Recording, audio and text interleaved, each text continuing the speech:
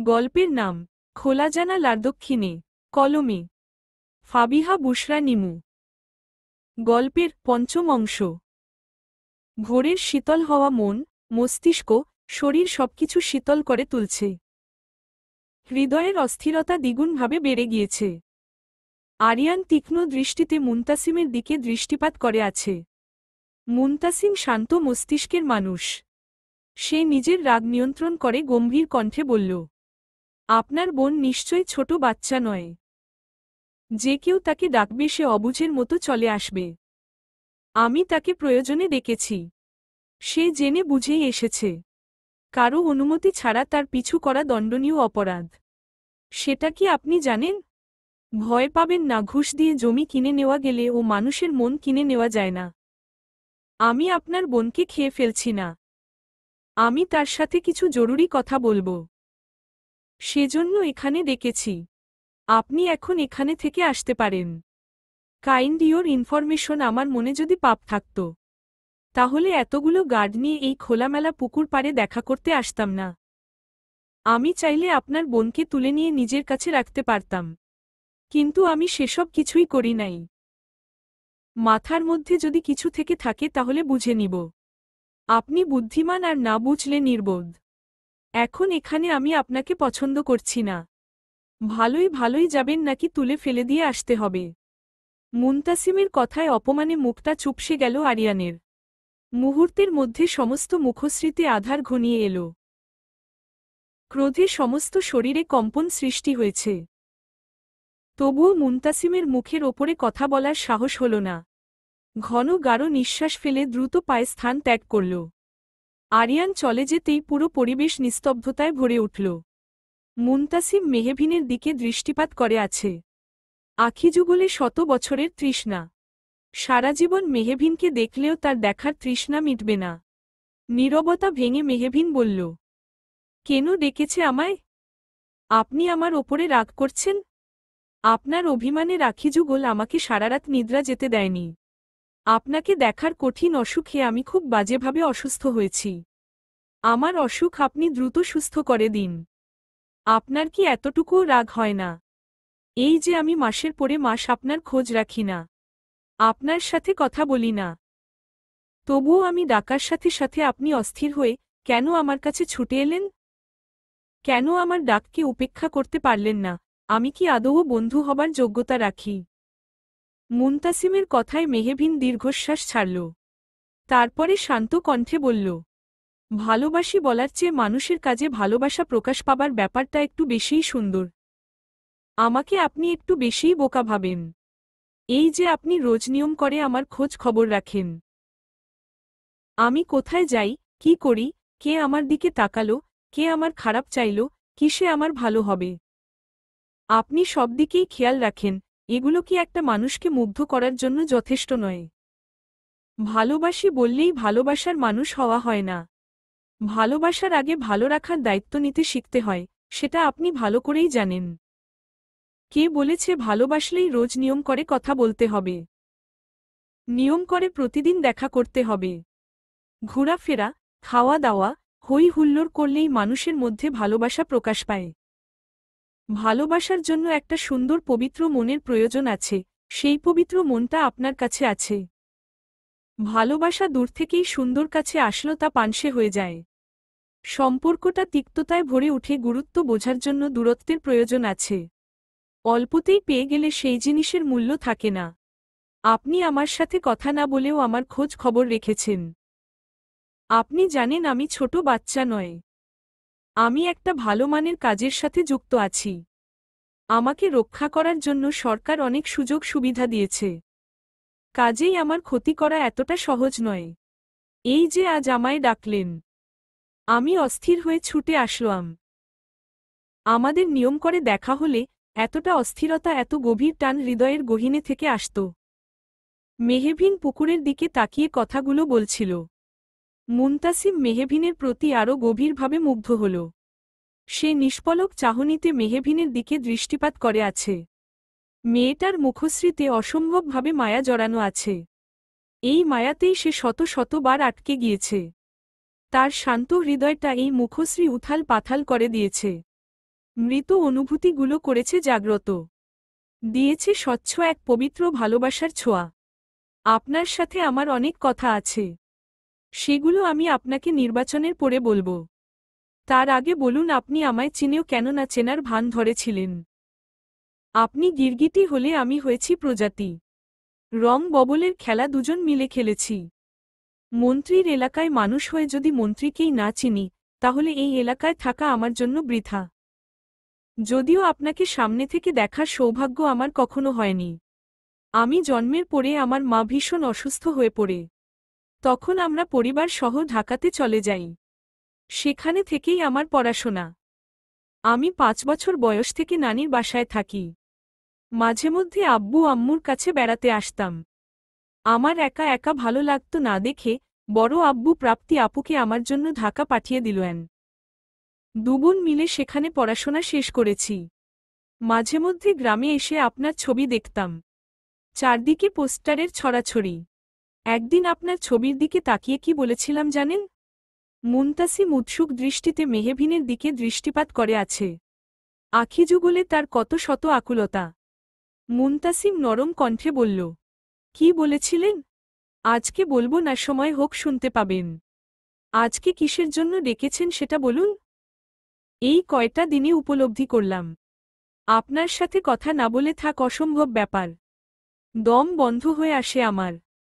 আমি প্রহর গুনতে থাকি কখন আপনার কণ্ঠস্বর শুনতে পাব। আমার অস্থির হৃদয়কে শীতল করব। অনেক তো হলো গুরুত্ব বোঝাবুঝির খেলা। এই কয়টা দিন আমি ভীষণ ব্যস্ত থাকব। হয়তো আপনার চেনা মানুষটাও অচেনা হয়ে উঠবে। আমার জীবনটা ভীষণ অশান্তির মধ্যে দিয়ে যাচ্ছে। শাস্তি হিসেবে আপনার কাছে কিছু চাইব, দিবেন? কি চাই আপনার? রাতে আমাকে একটু করে সময় দিবেন।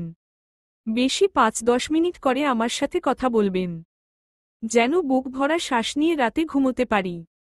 দীর্ঘ রজনী আমি শ্বাসরুদ্ধকর অবস্থায় নিদ্রা গিয়েছি। এবার আমাকে ক্ষমা করুন মহারানী, দয়া করে ফোন দিল, একটু ফোন ধরবেন। মুনতাসিমের কথায় মেহবিন মলিন হাসল। সে আহত কণ্ঠে বলল, আমার বিয়ে ঠিক হয়েছে মন্ত্রী সাহেব। একা একা ঘুমোতে শিখুন। দুদিন শ্বশুর বাড়ি চলে গেলে আমার স্বামী নিশ্চয়ই আপনাকে ঘুম পাড়ানোর জন্য আমাকে আপনার কাছে পাঠাবে না। মেহবিনের কথায় মুনতাসিমের শান্ত হৃদয়টা মুহূর্তের মধ্যে রক্তাক্ত হয়ে গেল। অনুভূতিরা বিষাদে ছেয়ে গেল। ভেতরটা কেমন মোচড় দিয়ে উঠল। মেহবিন অন্য কারো হয়ে যাবে, কথাটা মস্তিষ্কে বাজতেই রুহু কেঁপে উঠছে। বুকের মধ্যে চিনচিন করে ব্যথা করছে। মনের গহীনে সে কি অসহনীয় যন্ত্রণা। মুনতাসিমের আহত মুখশ্রী মেহবিনের ভেতরটা চূর্ণ বিচূর্ণ করে দিচ্ছে। সমস্ত শরীর অবশ হয়ে আসছে। হাওয়ার সাথে মিশে থাকা কোনো অজানা দেওয়াল মেহবিনের দাঁড়িয়ে থাকার সমস্ত শক্তি শুষে নিচ্ছে। চারদিকে নিস্তব্ধতা ঘিরে ধরল। মুনতাসিম আহত কণ্ঠে বলল, এই যে আমাদের দেখা হয় না, কথা হয় না, তবুও আপনি আমার সাথেই থাকেন অসহনীয় যন্ত্রণায়। মন খারাপ করা গানের লাইনে, মাঝরাতে বুকের ব্যথায় আপনি আমার সাথে থাকেন। আপনি আমার মনের অন্তরালে ছিলেন, আছেন আর সব সময় থাকবেন। আমি কিছু বলবো না, সময় কথা বলবে। আমি কথায় নয় কাজে বিশ্বাসী। সূর্য তার কিরণ চারদিকে ছড়িয়ে দিতে শুরু করেছে। এখানে থাকাটা নিরাপদ নয়। আপনি বাসায় ফিরে যান। মেহবিনের বিয়ের কথায় মুনতাসিমের কোনো ভাবান্তর হল না। তা দেখে মেহবিনের ভেতরটা দুমড়ে মুচড়ে যাচ্ছে। মানুষটা কি তবে তার নয়? মানুষটা তো কোনো যন্ত্রণা পাচ্ছে না। তাহলে তার ভেতরটা যন্ত্রণায় কেন ছটফট করছে? কেন সারাক্ষণ মানুষটার কাছে থাকতে ইচ্ছে করছে? মেহবিন একবার পেছনে ফিরে তাকাল। মুনতাসিম অদ্ভুত দৃষ্টিতে মেহবিনের দিকে চেয়ে আছে। মুনতাসিমের এমন চাহনিতে মেহবিন আরও ক্ষত বিক্ষত হয়ে গেল। মানুষটার মনে কি চলে বোঝা বড় দায়। বুকভরা অজানা যন্ত্রণা নিয়ে মেহবিন বাসায় দিকে যাচ্ছে। মুনতাসিম আর মেহবিনের ছবি আখিযুগলের সামনে স্পষ্ট হতেই সমস্ত শরীর জ্বলে উঠল তাহিয়ার। সে দাদুর বাসায় ফুফাতো ভাইয়ের বিয়ের কাজে ব্যস্ত ছিল। সেজন্য বাবা মায়ের সাথে চৌধুরী বাড়িতে আসেনি। অন্য নারীর পাশে মুনতাসিমকে দেখে মনের অজান্তেই আখি যুগল দিয়ে টপ টপ করে পানি গড়িয়ে পড়ল। মনটা জলে পুড়ে ছারখার হয়ে যাচ্ছে। যে মানুষটা শুধুই তার সেই মানুষটার পাশে অন্য নারী কি করে?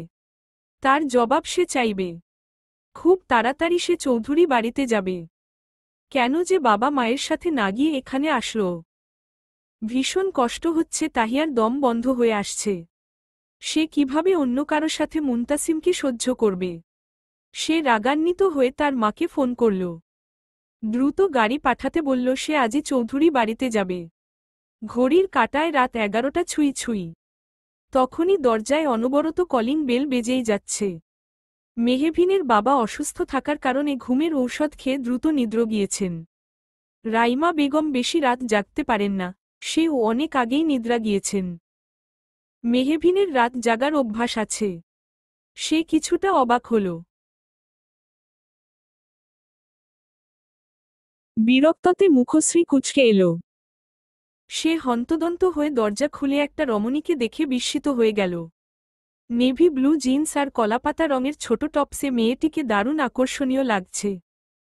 দুধে আলতা গায়ের রং রাতের আধারেও চমক দিচ্ছে। মেহভিন থমথমে মুখশ্রী করে বলল, কে আপনি? আপনি মেহভিন, তাই না? জি, কিন্তু আপনাকে তো ঠিক চিনলাম না আপু। আমি মুনতামিসের বউ। কথাটা কর্ণকুহরে আসতেই ভেতরটা ধক করে উঠল মেহভিনের। অজানা ভয় ভেতরটা কাবু হয়ে আসতে শুরু করল। তবে কি সে আবার মানুষ চিনতে ভুল করল? ভেতরটা হাহাকার করে উঠল। মনের শহরে তাচ্ছিল্যের মিছিল শুরু হয়ে গিয়েছে। মেহভিন ধরে আসা কণ্ঠে জবাব দিল, আপনি আমার সাথে ফাজলামি করছেন? চেনা নেই জানা নেই হুট করে এসে বলছেন আপনি মুনতাসিমের বউ। আমি কিভাবে বিশ্বাস করব? কি করলে আপনি বিশ্বাস করবেন? আপনি যা বলবেন আমি তাই করব। আপনি শুধু মুনতাসিমের জীবনে থেকে সরে যান। আমি মুনতাসিমকে ভীষণ ভালোবাসি। এভাবে আমার স্বামীকে আমার থেকে কেড়ে নিবেন না আপু। মুনতাসিম আমার থেকে দূরে সরে গেলে আমি দম বন্ধ হয়ে মারা যাব। এভাবে আমার স্বামীর ভালোবাসা থেকে আমাকে বঞ্চিত করবেন না। পৃথিবীতে এত পুরুষ থাকতে আমার স্বামীর দিকে কেন নজর দিলেন? আমি 2 মাসের অন্তঃসত্ত্বা, এই অবস্থায় মুনতাসিম আমাকে ডিভোর্সও দিতে পারবে না। আমার অনাগত সন্তান পৃথিবীতে আসার পরে মুনতাসিম যদি আমাকে ডিভোর্স দেয়, তখন আমি আমার সন্তানকে নিয়ে কোথায় যাব? আমাকে এতটুকু দয়া করুন আপু। এভাবে আমার সংসারটা ভাঙবেন না। এই যে মুনতাসিম আপনার কাছে যায়, আবার মাসের পর মাস তার খোঁজ থাকে না। সে কোথায় থাকে, কার কাছে থাকে, সেটা কখনো ভাবেননি আপু। আজ আপনাকে দেখে সে আমাকে অবহেলা করছে। আমার শরীরে প্রহার পর্যন্ত করেছে। আমি যেন সবকিছু আপনাকে না বলি। কথাগুলো বলেই অশ্রু বিসর্জন দিতে লাগল তাহিয়া। মেহভিন কেমন নিস্তব্ধ হয়ে গেল। মস্তিষ্ক শূন্য হয়ে পড়েছে। বুদ্ধিগুলো অকেজো হয়ে পড়েছে। যে মেয়েটার গলায় এতটা জোর, সে কিছুতেই মিথ্যা কথা বলতে পারে না। মেহভিনের বুকটা ভারী হয়ে আসতে শুরু করল। দম বন্ধ হয়ে আসছে তার। তাহিয়া যদি তার সামনে না থাকত, তাহলে এখনই ছটফট করতে করতে মাটিতে লুটিয়ে পড়ত। তার মস্তিষ্ক একটা কথায় বলছে, এত সুন্দর নিষ্পাপ চেহারা কিভাবে প্রতারণা করতে পারে? অসহনীয় যন্ত্রণায় ভেতরটা জলে পুড়ে দগ্ধ হয়ে যাচ্ছে। আখিযুগল ঝাপসা হয়ে আসতে শুরু করল। মনের গহীনে থেকে ডেকে বলছে, এত সহজে বিশ্বাস করিস না মেহভিন। ধোকার জগতে সহজ সরল হতে নেই। মেহভিনের মস্তিষ্কে সন্দেহের দানা এসে বাসা বাঁধল। সে তীক্ষ্ণ দৃষ্টিতে তাহিয়ার দিকে দৃষ্টিপাত করে আছে। আচমকা মেহভিনের মুখশ্রী বিরক্তিতে ভরে উঠল। সে গম্ভীর কণ্ঠে বলল, আপনার স্বামী আপনাকে এতরাতে একা ছাড়ল? আপনি বাসায় গেলে আপনার স্বামী আপনাকে মারবে না। চলুন আমি আপনাকে বাসায় পৌঁছে দিয়ে আসি। আর আপনার স্বামীর সাথে আমার কিছু বোঝাপড়া আছে। আজকে সেগুলো মিটিয়ে তারপরে আমি বাড়ি আসব। মেহভিনের কথায় তাহিয়া থতমত খেয়ে গেল। সে ভয়ার্ত দৃষ্টিতে মেহভিনের দিকে দৃষ্টিপাত করে আছে। মেহভিন এমন কিছু বলতে পারে, তা তাহিয়ার কল্পনার বাহিরে ছিল। প্রাপ্তি যে তাকে বলল মেহভিন খুব সহজ সরল মেয়ে। তাহিয়াকে নিশ্চুপ হতে দেখে মেহভিনের সন্দেহ দৃঢ় হল। সে আরেকটু নিশ্চিত হতে বলল, আপনাদের বিয়ের ছবি আছে, থাকলে একটু দেখাবেন? মেহভিনের কথায় তাহিয়া আশার আলো খুঁজে পেল। সে বিলম্ব করল না, দ্রুত ফোন থেকে একটা ছবি বের করে দেখাল। সেখানে তাহিয়া লাল টুকটুকে শাড়ি পরে আছে, শরীরে বাহারি রকমের অলংকার, দুহাত ভর্তি মেহেদি পুতুলে মতো লাগছে তাহিয়াকে। যে কেউ দেখলে বলবে নতুন বউ। তার পাশেই শুভ্র পাঞ্জাবি পরা মুনতাসিম দাঁড়িয়ে আছে। ছবিটা দেখে মেহবিনের ভেতর মোচড় দিয়ে উঠল। হৃদয়টা ক্ষতবিক্ষত হয়ে যাচ্ছে। শরীর পুড়লে দেখা যায়, কিন্তু মন পুড়লে দেখা যায় না কেন? তাহলে মানুষ মানুষকে পোড়ানোর আগে 10 বার ভেবে নিত। হতেও পারে আপনি কোনো বিয়ের অনুষ্ঠানে বউ সেজে গিয়েছিলেন। আমি আপনাকে এভাবে কিভাবে বিশ্বাস করতে পারি? আপনি মুনতাসিমকে আমার সামনে নিয়ে এসে প্রমাণ করুন যে সে আপনার স্বামী। তাহিয়া নিজের ক্রোধ নিয়ন্ত্রণ করতে পারল না, সে রাগান্বিত হয়ে বলল, একটা মেয়ে কখনো তার স্বামী সন্তান নিয়ে মিথ্যা কথা বলতে পারে? আজকাল মেয়েরাই মেয়েদের শত্রু। একটা বিবাহিত ছেলের সাথে রঙ্গলীলা করতে খুব মজা লাগে, তাই না? আমি বলছি আমি তার অর্ধাঙ্গিনী, তার অনাগত সন্তানের মাতা। আমার কথা বিশ্বাস না করে আপনি আমাকে সন্দেহ করছেন? আমাকে খোঁচাতে এসে আপনার খুব ভালো লাগছে, তাই না? ভেবেছিলেন মেহবিন কতটা বোকা, তাকে যা বোঝানো যায় সে তাই বুঝবে। আমাকে ছোট বাচ্চা মনে হয় আপনার। প্রমাণ ছাড়া একটা কথাও মেহবিন বিশ্বাস করবে না। আপনি বিয়ের ছবি দেখিয়েছেন, বিয়ের কাবিন দেখাবেন, মুনতাসিমকে আমার সামনে নিয়ে এসে তার মুখে স্বীকার করাবেন। তারপরেই আমি বিশ্বাস করব সে আপনার অর্ধাঙ্গ। ক্রোধে চোয়াল শক্ত হয়ে এল তাহিয়ার। আখি যুগল রক্তিম বর্ণ ধারণ করেছে। আখির জ্বলন্ত আগুন মেহবিনকে জ্বালিয়ে পুড়িয়ে ভস্ম করে দিতে ইচ্ছে করছে। মস্তিষ্ক উত্তপ্ত হয়ে টকবক করছে। সে দাঁতে দাঁত চেপে বলল, আপনি কয়টা দিন অপেক্ষা করুন। আমাদের বিয়ের কাগজ আমেরিকাতে আছে। সে তো আর আজকাল ধরে আমার স্বামী নয়, সে দীর্ঘ কয়েক বছর ধরে আমার অর্ধাঙ্গ। তাহিয়ার কথায় মেহবিনের মুখশ্রীতে তাচ্ছিল্যের ফুটে উঠল। তাহিয়া কোনো কথা বলার সুযোগ পেল না। যাবার সময় মেহবিনকে হুমকি দিয়ে গেল, সে মেহবিনকে দেখে নিবে। মেহবিন তাচ্ছিল্যের সুরে জবাব দিল, অপেক্ষায় থাকলাম। তাহিয়া চলে যেতেই অজানা ভয় ভেতরটা কাবু হয়ে আসছে মেহবিনের। তাহিয়া যদি সত্যি কথা বলে থাকে আর সেটা যদি প্রমাণ হয়ে যায়, তখন সে কি করবে? ভেতরটা হাহাকার করে উঠছে। অনুভূতি শূন্য হয়ে যাচ্ছে মেহবিন। মনের গহীন অশান্ত হয়ে উথাল পাথাল করছে। মেহবিনের হৃদয় শীতল করার জন্য মুনতাসিমের একটা কলই যথেষ্ট ছিল। সে কক্ষে এসে দেখল মুনতাসিম ফোন দিয়েছে। কেন জানি মেহবিনের ভীষণ রাগ হল। সে নিজের মধ্যে কথা দমিয়ে না রেখে বলল, আপনি কি বিবাহিত মন্ত্রী সাহেব? এটা আপনি আজ জানলেন ম্যাডাম। আমি শুধু বিবাহিতই না, 4 সন্তানের বাপ আমি। ভিডিও কল দিব? দেখবেন আমার বউ বাচ্চাকে ভীষণ সুন্দর। একটা বাচ্চাকে আপনার ঘাড়ে তুলে দিব, আরেকটাকে আপনার মাথায়, তৃতীয় জনকে কোলে তুলে দিব, চতুর্থ জনকে পায়ের সাথে গড়াগড়ি করতে লাগিয়ে দিব। আপনি চাইলে আমি আরও কয়টা বাচ্চা নিয়ে আপনার গলায় ঝুলিয়ে দিতে পারব। মেহবিন মুনতাসিমকে অবাক করে দিয়ে বলল, ভিডিও কল দিন, দেখব আমি। মেহবিনের কথায় মুনতাসিম হতভম্ব হয়ে গেল। বিস্ময় কণ্ঠে আবার প্রশ্ন করল। মেহবিনের উত্তর একই রইল। মুনতাসিম উঠে বসল, তারপর কিছুটা ব্যঙ্গ করে বলল, এভাবে নিজের ভূতের মতো রূপ দেখিয়ে আমাকে ভয় দেখাতে চান ম্যাডাম? যান গিয়ে ভালো করে আগে মেকআপ করে আসুন, তারপর না হয় ভিডিও কলে আসবেন। আমি কোনো বিশ্ব সুন্দরী নই বা নায়িকাও নই, কাজেই আমার মেকআপ করার প্রয়োজন নেই। আপনি দিতে পারবেন না বললেই হয়। কথাগুলো বলেই মেহবিন কল কেটে দিল। সাথে সাথে মুনতাসিম ভিডিও কল দিল, মেহবিন কেটে দিল। কেটে দিতেই আবার কল আসলো। মেহবিন ধরল, মুনতাসিমের মুখের দিকে তাকাতেই মেহবিনের সমস্ত রাগ হাওয়ার সাথে মিলিয়ে গেল। আচমকা অধরের কোণে হাসির রেখা দেখা গেল। অনুভূতিরা আনন্দে মেতে উঠল। মুনতাসিম গম্ভীর কণ্ঠে বলল, বলুন মহারানী, আপনার কি জানার আছে? আমাকে আর কি করতে হবে? মেহবিন নিস্তব্ধ হয়ে গেল। অকারণে প্রচুর হাসি পাচ্ছে তার।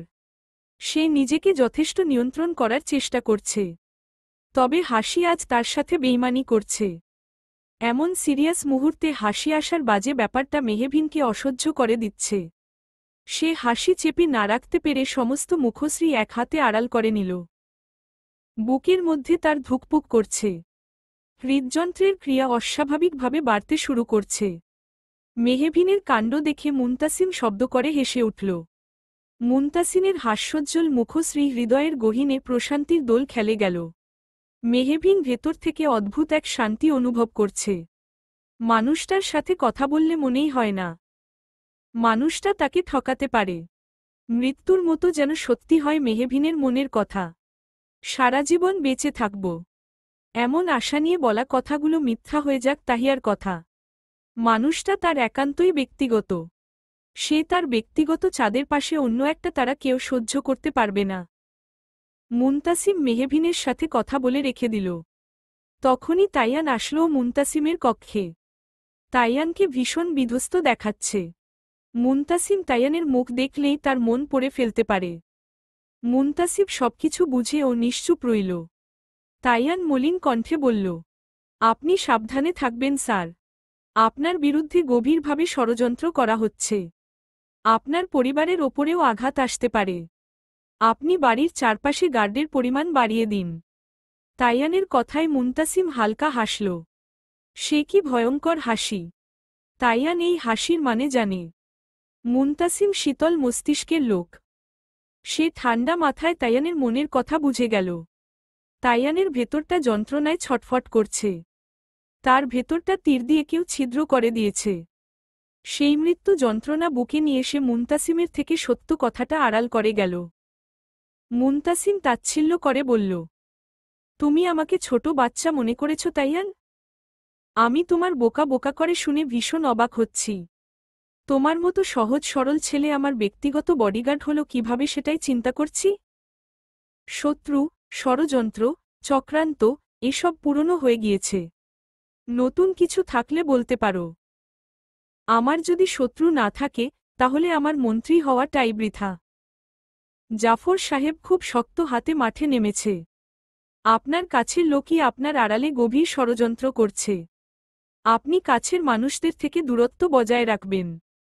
সেই মানুষটাকে তুমি চিনো তাইয়ান? মুনতাসিমের শান্ত কণ্ঠে বলা কথাগুলো তাইয়ানে কলিজা কেঁপে উঠল। সে জানে মুনতাসিম না জেনে কোনো কথা বলে না। তবে কি সে তার কথা জেনে গেল? সে যে মানুষটাকে ভীষণ ভালোবাসে। ভালোবাসার মানুষের শত অপরাধ সে ক্ষমা করতে প্রস্তুত। কিন্তু মুনতাসিমের ক্ষতি সে সহ্য করতে পারবে না। সে তার প্রেয়সীকে বলবে সে যেন এমনটা না করে। বুকের মধ্যে অশান্ত নদীর মতো উথাল পাথাল করছে। সে মুনতাসিমের সামনে আর কিছুক্ষণ থাকলে ধরা পড়ে যাবে। সে ভয়ার্ত কণ্ঠে মুনতাসিমের থেকে অনুমতি নিয়ে কক্ষ থেকে বের হয়ে গেল। মুনতাসিম তাইয়ানের দিকে তাকিয়ে একটা দীর্ঘশ্বাস ছাড়ল। প্রভাতের আলোয় চারদিক ঝলমল করছে। রৌদ্রের মিষ্টি কিরণ এসে মেহবিনের মুখশ্রীতে আছড়ে পড়ছে। চারদিক সোনালি আলোয় মুখরিত হয়ে উঠেছে। সবুজ বর্ণের ধানের গাছগুলো ধানসহ সোনালি বর্ণের রূপ নিয়েছে। মেহবিন হালকা করে ধানগুলোকে ছুঁয়ে দিল। তাদের এলাকাটা তার ভীষণ ভালো লাগে। না শহর না গ্রাম, দুটোর মাঝামাঝি মনে হয় তার তাসে। শহরের মতো যানবাহন চলাচল করে। দোকানপাটের অভাব নেই। আবার থেকে থেকে একটু করে ফাঁকা জায়গায় আবাদ করা। এই জমির মালিকগুলো ভবিষ্যতে এখানে বাড়ি তুলবে।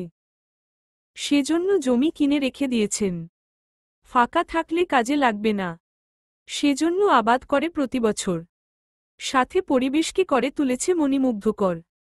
মেহবিনের বাবা হাতে ডিম আর সয়াবিন তেল নিয়ে আসছিল। মেয়েকে ধানের জমির পাশে দাঁড়িয়ে থাকতে দেখে মণিমুগ্ধকর হাসি উপহার দিলেন তিনি। মেয়ের কাছে এসে মেয়ের কাঁধে হাত রেখে বাসার দিকে এগিয়ে নিয়ে যেতে লাগলেন। মেহবিন বাবার আদুরে হাতকে উপেক্ষা করতে পারল না। সে ও প্রাকৃতিক সৌন্দর্যকে উপভোগ করাকে বিদায় জানিয়ে বাবার সাথে ছুটল। মেহবিন, বিয়ের সম্পর্কে কিছু ভাবলি? আমি আরিয়ান ভাইকে বিয়ে করতে পারবো না আব্বু। কেন? তুমি এত তাড়াতাড়ি সবকিছু ভুলে গেলে? তুমি কিভাবে এমন নিকৃষ্ট মানুষের সাথে আমার বিয়ে ঠিক করতে পারো? আমি তোমার বিবেকের তারিফ করছি। আমি জানি আরিয়ান জঘন্যতম অপরাধ করেছে। তার জন্য সে অনুতপ্ত। আমার কাছে প্রতিদিন মাফ চায়, আমাদের বিপদে এগিয়ে আসে। আমাকে কেউ কিছু বললে আরিয়ান আমার ঢাল হয়ে দাঁড়ায়। আর তোমার মেয়েকে অজ্ঞান করে বিদেশিদের হাতে তুলে দিতে চেয়েছিল। তার বেলায় কিছু না, একটু সেবাযত্ন করেছে, তার 7 গুণ মাফ। তুমি একজন বাবা হয়ে কিভাবে পারলে আরিয়ান ভাইয়ের মতো মানুষের সাথে আমার বিয়ে ঠিক করতে? আমাকে এতটা মানসিক চাপ দিও না আব্বু। প্রাপ্তি আপুর কথা মতো সত্যিই তোমাদের মুখ দেখতে চাইব না। তোমার ভাইয়ের ছেলের তোমার মায়া লাগতে পারে, সে আমার কেউ না। আমার তার প্রতি কোনো মায়া কাজ করে না। আমি তাকে ঘৃণা করি। যে ছেলে সামান্য টাকার লোভে আমাকে বিক্রি করে দিতে পারে, সেই ছেলে বিয়ের পরে নিজের বউকে টাকার বিনিময়ে অন্য পুরুষের ঘরে পাঠাবে না। তার কোনো নিশ্চয়তা আছে আব্বু? মুখ সামলে কথা বল মেহবিন। আমি তোর বাবা, ভুলে যাচ্ছিস তুই? আরিয়ান একটা অপরাধ করে ফেলছে, সে অপরাধবোধে ভুগছে। আমাদের উচিত তাকে ক্ষমা করে দেওয়া। আমার বিশ্বাস আরিয়ান এমন কিছুই করবে না। তোমার নিজের ছেলে নেই, তাই ভাইয়ের ছেলের প্রতি তুমি অন্ধবিশ্বাসে ডুবে গিয়েছ। তোমার ভুলের মাসুল আমি আমার জীবন দিয়ে দিতে পারব না। একবার বিয়ে ঠিক করেছিলে কাপুরুষের সাথে, আরেকবার ঠিক করলে লোভী ছেলের সাথে, যে টাকা পেলে নিজের বউয়ের অন্য পুরুষের ঘরে পাঠাতে দুবার ভাববে না। কথাগুলো শেষ হবার সাথে সাথে ফরিদ রহমান মেয়ের গালে কষে থাপ্পড় বসিয়ে দিলেন। মেহবিন বিস্ময় নয়নে বাবার দিকে দৃষ্টিপাত করছে আছে। মনের অজান্তেই বাবা নামক মানুষটার জন্য মনের মধ্যে ঘৃণা তৈরি হল। সব সময় তার সিদ্ধান্তই কেন তাকে মেনে নিতে হবে? তার কি নিজস্ব কোনো মতামত নেই? মেহবিন অশ্রুসিক্ত নয়নে বাবার দিকে তাকিয়ে নিজের কক্ষে চলে গেল। যাবার আগে ঘৃণা ভরা দৃষ্টি দিতে ভুলল না। ভারাক্রান্ত হৃদয়, বিষণ্ণ মন, ছন্নছাড়া মস্তিষ্ক নিয়ে মেহবিন নিজের প্রয়োজনীয় জিনিসপত্র গুছিয়ে নিচ্ছে। যে বাড়িতে তার মতামতের গুরুত্ব নেই, সেই বাড়ির গুরুত্ব তার কাছে নেই। কালকে সকালেই এই বাড়ি ছাড়বে সে। অশান্ত মস্তিষ্ককে শান্ত করার জন্য পরিবারের কাছে এসেছিল সে। কিন্তু ঘরের লোক যদি পরের মতো আচারের করে, তখন বেঁচে থাকা মুশকিল হয়ে যায়। মেহবিনকে বিষাদগ্রস্ত হয়ে কিছু ভাবতে দেখে রাইমা বেগম মেয়ের পাশে বসলেন। মায়ের চোখের ভাষা বুঝতে বেগ পেতে হল না মেহবিনের। আমি তোকে এখন যা বলবো একটা কথাও বলনি না, শুধু চুপচাপ শুনে যাবি। ভেতরটা যে বহু বছর ধরে ক্ষত বিক্ষত হয়ে আছে রে মা। শরীরের আঘাত মানুষ দেখতে পায়, কিন্তু হৃদয়ের আঘাত কেউ দেখতে পায় না। বহু আগেই আমার হৃদয়টা রক্তাক্ত করে দিয়েছে তোর বাবা।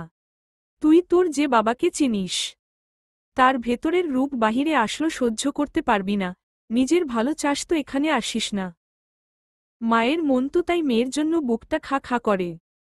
তাই বারবার তোকে এখানে আসতে বলি।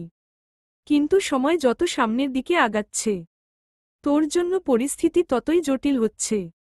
তুই বুদ্ধিমান মেয়ে, আশা করি কি বোঝাতে চেয়েছি সেটা তুই বুঝবি। আগের সময় আর এখানকার সময়ের অনেক তফাত। মেহবিন হতবাক হয়ে বসে রইল। মায়ের এমন জটিল কথা তার মস্তিষ্কে ঢুকল না। সে নিষ্পলক দৃষ্টিতে মায়ের দিকে দৃষ্টিপাত করে আছে। মেয়েকে ধোঁয়াশার মধ্যে রেখে রাইমা বেগম চলে গেলেন। সূর্যি মামা বিদায় নিয়েছে কিছুক্ষণ হল। ধরনীর বুকে প্রাকৃতিক নিয়মে আধার নেমে এসেছে।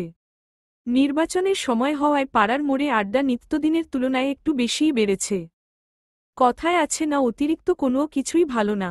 আড্ডার মাঝেই দুই দলের ঝামেলা লেগে গেল।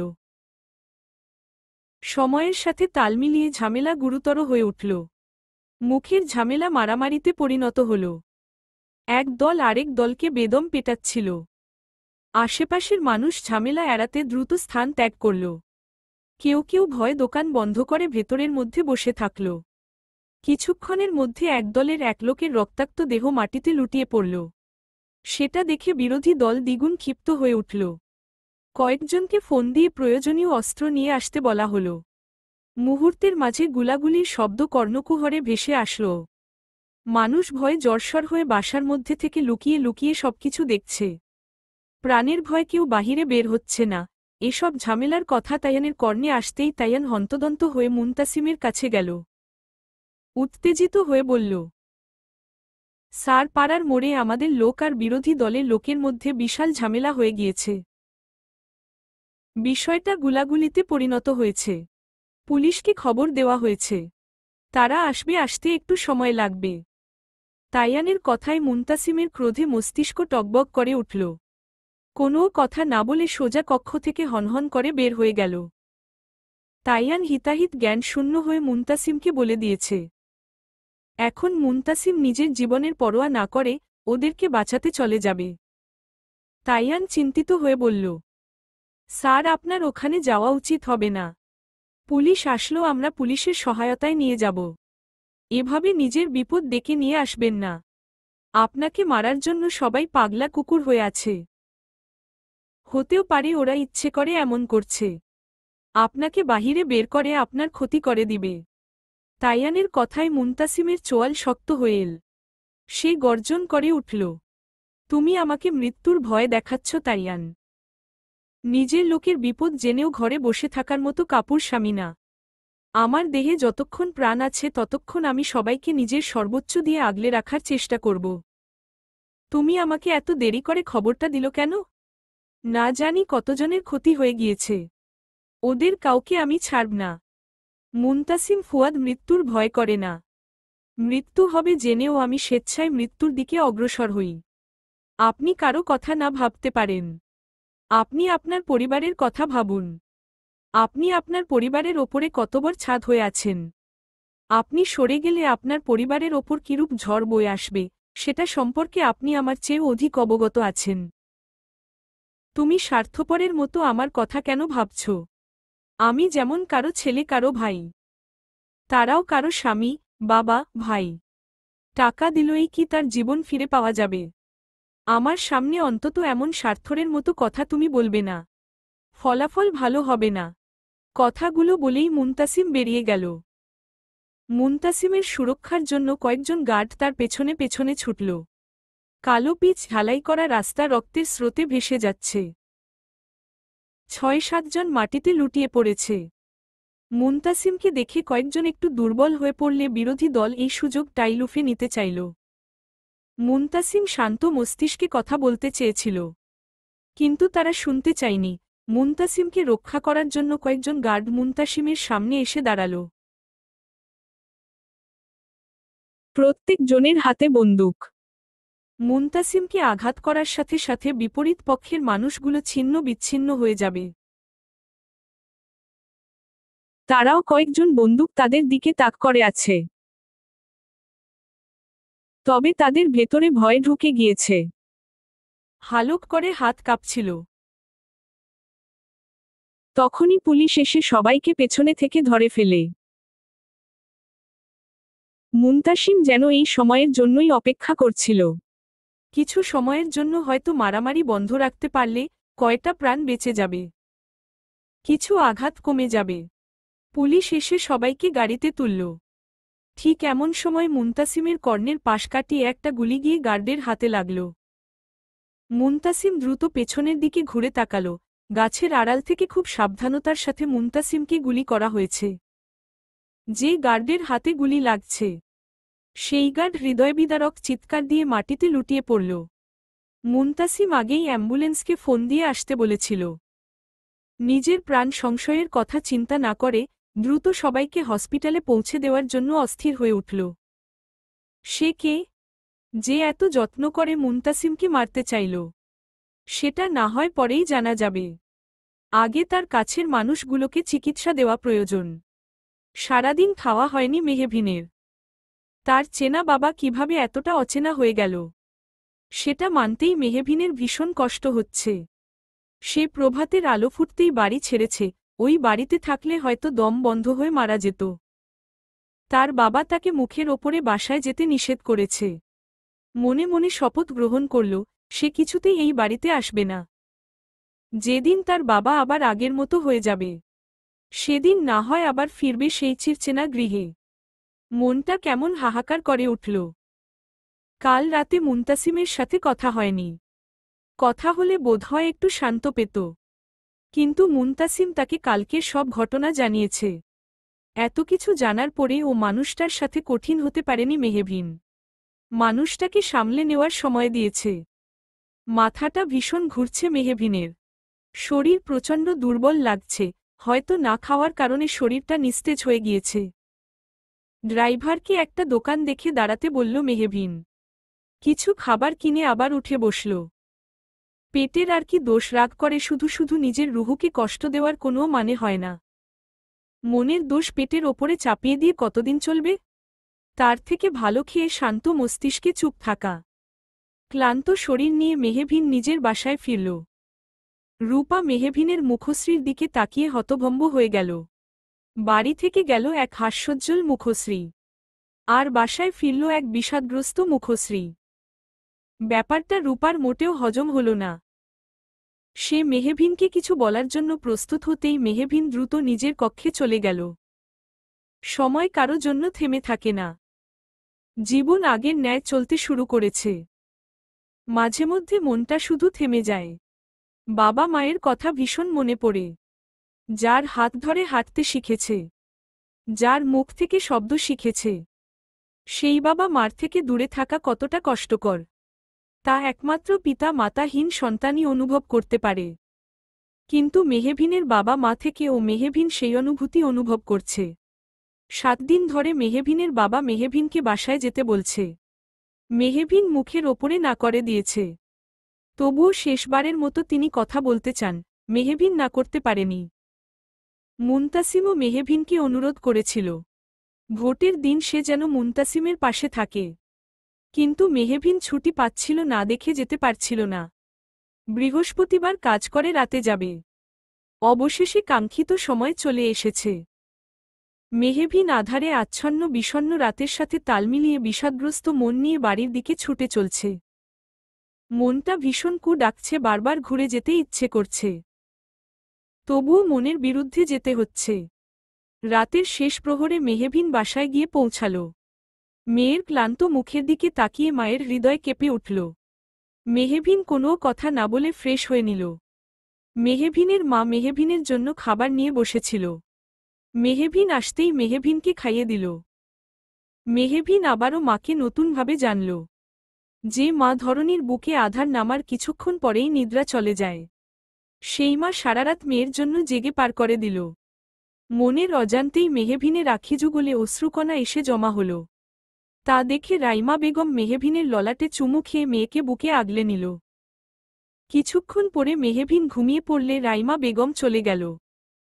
পরের দিন মেহবিনের 12টায় ঘুম ভেঙে গেল। তা দেখে মেহবিনের চক্ষু চটগাছে উঠে গেল।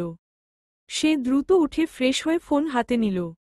আজকের দিনটা মুনতাসিম তার পাশে থাকতে বলেছিল, তাকে ভরসা জোগাতে বলেছিল, কিন্তু অর্ধেক বেলা ঘুমিয়ে কাটিয়ে দিল। ভেতরে ভেতরে ভীষণ অপরাধ বোধ কাজ করছিল তার। ফোন হাতে নিতেই দেখল মুনতাসিম তাকে 20 বারের মতো ফোন করেছে, 50টার মতো মেসেজ দিয়েছে। সে বিলম্ব করল না, দ্রুত মুনতাসিমকে ফোন দিল। মুনতাসিম ভোট কেন্দ্রে দাঁড়িয়ে কয়েকজনের সাথে গুরুত্বপূর্ণ আলোচনা করছিল। সে দ্রুত মেহবিনের কল কেটে দিয়ে মেসেজ দিল, ব্যস্ত আছি, অবসর হয়ে ফোন করছি। মেসেজটা দেখে মেহবিনের মুখশ্রীতে বিষাদ এসে ধরা দিল। কেন পারল না মানুষটাকে একটু শান্তি দিতে? প্রিয় মানুষকে শান্তি না দিতে পারলে ভেতরটা বুঝি এভাবে পোড়ায়। মেহবিন ভীষণ করে বুঝতে পারছে, অজানা কারণে ভেতরটা অস্থির হয়ে উঠছে। মেহবিন 2 ঘন্টা ধরে ফোনের কাছে বসে আছে। মেহবিনের বাবা ভোট দিতে গিয়েছে সেই সকালে, এখনও বাড়ি ফিরেনি। যাবার সময় মেহবিনকে বাসা থেকে বের হতে নিষেধ করেছে। অপেক্ষার অবসান ঘটিয়ে মুনতাসিমের ফোন আসল। ফোন কর্ণে ধরতেই গম্ভীর কণ্ঠস্বর কর্ণকুহরে এসে পৌঁছাল। আপনি সারাদিন কোথায় ছিলেন? একটা দিন আপনাকে আমার পাশে থাকতে বলেছিলাম, সেটাও পারলেন না। এখন কেন ফোন করেছেন? আপনার আমার সাথে কথা বলতে হবে না। আপনি যেখানে ছিলেন সেখানে যান। আপনার জন্য সারারাত জার্নি করে বাসায় আসলাম। ভোরের দিকে ঘুমিয়েছি, বুঝতে পারিনি এতটা বেলা হয়ে যাবে। আপনি অনুগ্রহ করে রাগ করবেন না, আমি আপনার কথা রাখতে পারিনি, তার জন্য আমি আন্তরিকভাবে দুঃখিত। আপনার মতো শক্তপোক্ত মানুষের এমন দুর্বল হলে চলবে? আমার ভীষণ ভয় করছে মেহবিন। জনগণ কি জানে তারা একটা ভীতু ছেলেকে তাদের নেতা হিসেবে গ্রহণ করছে? আপনি আমাকে শিখিয়েছেন কিভাবে দুঃসময়ে শান্ত মস্তিষ্কে থাকতে হয়। তাহলে আপনি কেন এতটা অস্থির হচ্ছেন? চিন্তা করে লাভ নেই। আল্লাহ ভাগ্যে যা রাখছে তাই হবে। ভাগ্যের লিখন কেউ খণ্ডাতে পারবে না। এভাবে দুশ্চিন্তা করে নিজের মনকে দুর্বল করবেন না। আমি জানি এমন সময় চিন্তা করতে হয় না। তারা নিজ দায়িত্বে এসে হাজির হয়ে যায়। আমাদের উচিত যথাসম্ভব চিন্তাকে উপেক্ষা করা। জনগণ আপনাকে ভীষণ ভালোবাসে। আর জনগণ যাকে ভালোবাসে সেই মানুষটা কিছুতেই হেরে যেতে পারে না। এভাবে আপনি অস্থির হবেন না। আল্লাহর উপর ভরসা রাখুন। তিনি উত্তম পরিকল্পনাকারী। আপনি যতটুকু ভেবে রেখেছেন, আল্লাহ তাআলা তার থেকে 10 গুণ আপনার জন্য ভেবে রেখেছে। এবার একটু শান্ত হন মন্ত্রী সাহেব। মেহবিনের কথায় মুনতাসিমের উথাল পাতাল করা হৃদয়টা শান্ত নদী হয়ে গেল। এই জন্যই বুঝি প্রিয় মানুষটাকে মন ভালো করার ঔষধ বলে উপাধি দেওয়া হয়েছিল। এক নিমিষেই মেয়েটা কেমন তার অশান্ত হৃদয়কে শান্ত করে দিল। ক্ষণিকের জন্য সমস্ত দুশ্চিন্তা দূরে পালিয়ে গেল। মস্তিষ্ক সচল হয়ে গেল। এই মুহূর্তে মেহবিনকে সে কি বলে কৃতজ্ঞতা প্রকাশ করবে? সেই ভাষা জানা নেই মুনতাসিমের। মনটা ডেকে বলছে, আপনাকে আমার লাগবেই লাগবে। সময়ের সাথে তাল মিলিয়ে রৌদ্রের প্রখরতা বেড়ে চলেছে। মেহবিন ফ্রেশ এসে খেতে বসেছিল। রাইমা বেগম গম্ভীর হয়ে বসে আছেন। মেহবিন মাকে প্রশ্ন করলে উত্তর আসে না। মুখের সামনে খাবার রেখে বসে থাকা যায় না। মেহবিন বিলম্ব করল না। দ্রুত খাবার খেতে শুরু করল। খাবার খাওয়া শেষ হয়ে গেলে রাইমা বেগম গম্ভীর কণ্ঠে বলল, তোর লজ্জা শরম বলতে কিছু নেই? এতটা নির্লজ্জ হয়ে গেলি কি করে? নাকি সরকার তোকে চলার মতো অর্থ প্রদান করে না? কাল রাতে দূর থেকে জার্নি করে এসেছিস, তাই রাতে কথাগুলো বলতে আমার বিবেকে বাধা দিয়েছে। না হলে কালকে দরজা থেকে বিদায় করতাম। তোর মতো আত্মসম্মানবিহীন আমার মেয়ে ভাবতেই বিরক্ত লাগছে। যে চাকরি করে খেতে পাস না, সেই চাকরি ছেড়ে দে। চাকরি করেও যদি খাওয়ার জন্য বাবার বাসায় আসতে হয়, তাহলে এখানেই পড়ে থেকে মেরুদণ্ডহীনতার পরিচয় দে। বেহায়া মেয়ে মানুষ কোথাকার। মায়ের কথা মেহবিন বিস্ময় নয়নে মায়ের দিকে তাকিয়ে আছে। পৃথিবীতে কথার আঘাত বড় মারাত্মক জিনিস। ভেতরটা চূর্ণবিচূর্ণ করে দিয়ে যায়। মায়ের কথাগুলো মেনে নিতে পারল না মেহবিন। তুমি আমার সাথে এভাবে কথা বলছো কেন আম্মু? কতটুকু খেয়েছি তোমাদের? আমাকে একটা টাকার হিসাব দিও। আমি তোমাদের সব টাকা ফিরিয়ে দিব। তবুও খাবারের খোটা দিও না। ভেতরটা জলে পুড়ে খাক হয়ে যায়। মেহবিনের কথায় জ্বলে উঠল রাইমা বেগম। আগের চেয়ে দ্বিগুণ ক্রোধ নিয়ে বলল, তোকে আমি এখানে আসতে কতবার নিষেধ করেছিলাম, তবুও বাবা ডাকল আর বেহায়ার মতো চলে আসলই। তোর কি ভেতর লজ্জাটুকুও নেই? মায়ের আদেশ পালন করতে পারিস না? তোর মতো মেয়ে থাকার থেকে না থাকা অনেক ভালো। তুই আমাকে টাকার গরম দেখাস। ভুলে যাস না প্রাপ্তির কথা শুনে পালিয়েছিলি। তোর এই মা তোকে সব বিপদ থেকে আগলে রেখেছে। এই যে চাকরি করে খাচ্ছিস, এর পেছনে আমার একটা বড় অবদান আছে। আমি চেয়েছিলাম তুই যেন অনেক বড় হোস। তোর যেন কারো পায়ের কাছে আসতে না হয়। তুই নিজের সুন্দর ব্যক্তিত্ব নিয়ে বাঁচতে পারিস। সেজন্য আমি তোকে সবরকম সাহায্য করেছি। আর তুই মূর্খতার পরিচয় দিয়ে দিলই। এখানে কেন এসেছিস তুই? আমি আসতে চাইনি আম্মু। আব্বু আমাকে অনেকবার ফোন দিয়েছে। তুমি জানো বাবা মা মেয়েদের একটা আবেগের জায়গা, যেখানে তারা কঠিন অপরাধ করার পরে একটু ভালোবেসে দিল এই মেয়েরা সব ভুলে যায়। বাবার আদুরে ডাক আমি অপেক্ষা করতে পারিনি। যে বাবা জন্ম দিয়েছে তার সাথে কিভাবে বেয়াদবি করতে পারি বলো? আমি ঠান্ডা মাথায় তোকে কিছু কথা বলি। আমার কথাগুলো মনোযোগ দিয়ে শুনবি। বাবা নামটা ছোট হলে ও এর দায়িত্ব অনেক বড়। বাবা আমাদের আবেগের জায়গা। বাবা নামটা শুনলেই প্রতিটি মেয়ের হৃদয়ে একটা স্নিগ্ধ অনুভূতি কাজ করে। কিন্তু তোর বাবা সেই আবেগের জায়গা নয়। সেটা তুই আজই ভালোভাবে উপলব্ধি করতে পারবি। তোর বাবা সাপের চেয়েও বেশি বিষাক্ত। তার স্বার্থে আঘাত লাগলে রং বদলাতে 1 সেকেন্ড সময় নিবে না। এখনো সময় আছে, যদি নিজের ভালো চাস তাহলে এখনই এই বাসা থেকে বেরিয়ে যা। আমি চাই না তুই একটা তিক্ত সত্যের মুখোমুখি হোস। সত্য কোনোদিন চাপা থাকে না আম্মু। তোমাকে আজ বলতেই হবে। তুমি আমার সাথে এত ধোঁয়াশা রেখে কেন কথা বলো? আমি সবকিছু জানতে চাই। আমার আব্বু কি করেছে? নিজের বাবা হয়ে কেউ কখনো নিজের মেয়ের ক্ষতি করে? ধরনীর বুকে মেয়েরা সবচেয়ে নিরাপদ তার বাবার কাছে। সেই বাবা কি করে কারো ক্ষতির কারণ হতে পারে? তোর বাবা আরিয়ানের সাথে তোর বিয়ে দেওয়ার জন্য তোকে এখানে নিয়ে এসেছে। আরিয়ানকে বিয়ে করে সংসার করার এজন্য এখানে এসেছিস তুই। আমার কোনো আপত্তি নেই। তুই যদি আরিয়ানের সাথে সংসার করে খেতে পারিস তাহলে আমার নিশ্চুপ থাকাই ভালো। তুমি চিন্তা করো না আম্মু। আব্বু এত সহজে আমাকে আরিয়ান ভাইয়ের সাথে বিয়ে দিতে পারবে না। এসব কথা তুমি আমাকে আগে জানালে আমি কখনো এখানে আসতাম না। এসে যখন পড়েছি আব্বুর সাথে লড়াই করেই বের হয়ে যাব। তুই যতটা সহজভাবে তোর আব্বুকে নিচ্ছিস, তার ভেতরের রূপ বেরিয়ে আসলো, তোর রুহু পর্যন্ত কেঁপে উঠবে।